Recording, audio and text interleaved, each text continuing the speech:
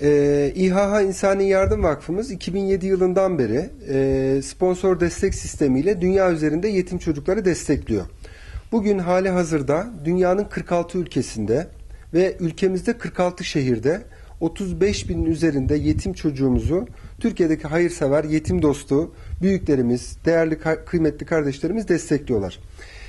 Biz bu yetim çocuklarla ilgili yapılan desteği bütün Türkiye'ye yaymak istedik ve geçtiğimiz yıl Milli Eğitim Bakanlığımıza Türkiye'deki bütün okullarımızda uygulanmak üzere anaokullarından liselere kadar, özel liselere, İmam Hatip liselerine kadar ve Diyanet İşleri Başkanlığımıza da Türkiye'deki bütün Kur'an kurslarında uygulanmak üzere bir proje verdik. Kampanyamızın ismi İyilikte Yarışan Sınıflar. Neden iyilikte yarışan sınıflar dedik? Çünkü birincisi psikolojik olarak kampanyanın slogan isminde yetim kelimesinin kullanılmasını doğru bulmadık.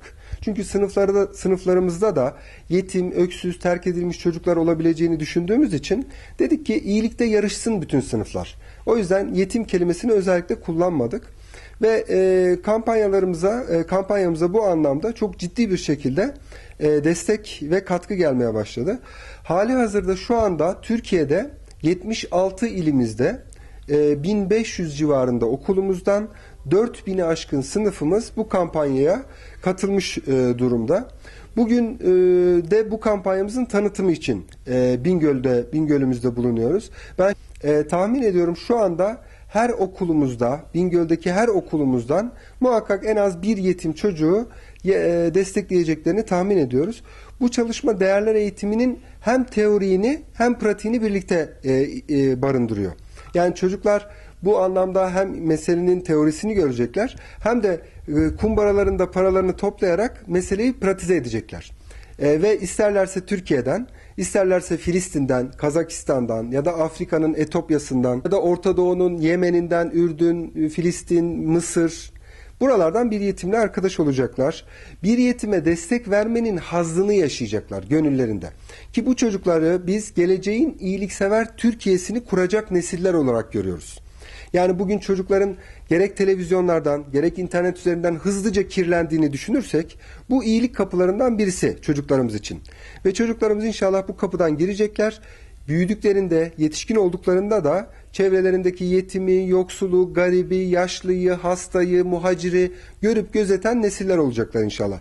Bu şekilde görüyoruz. Aynı zamanda bu kampanya Türkiye'nin dünyaya ihraç ettiği bir kampanya da olacak. Şu anda kampanya dünya dillerine çevriliyor. Neden? Çünkü dünyada çok yetim var. 400 milyona yakın yetim çocuk var. Bütün dünya ülkeleri bu meseleye el atarlarsa, yetim çocuklara bir destek oluşturulursa, dolayısıyla bütün yetim çocuklar için birlikte bir şeyler yapmış olabiliriz. Dolayısıyla bu kampanya artık bir dünya kampanyası olma noktasına geldi.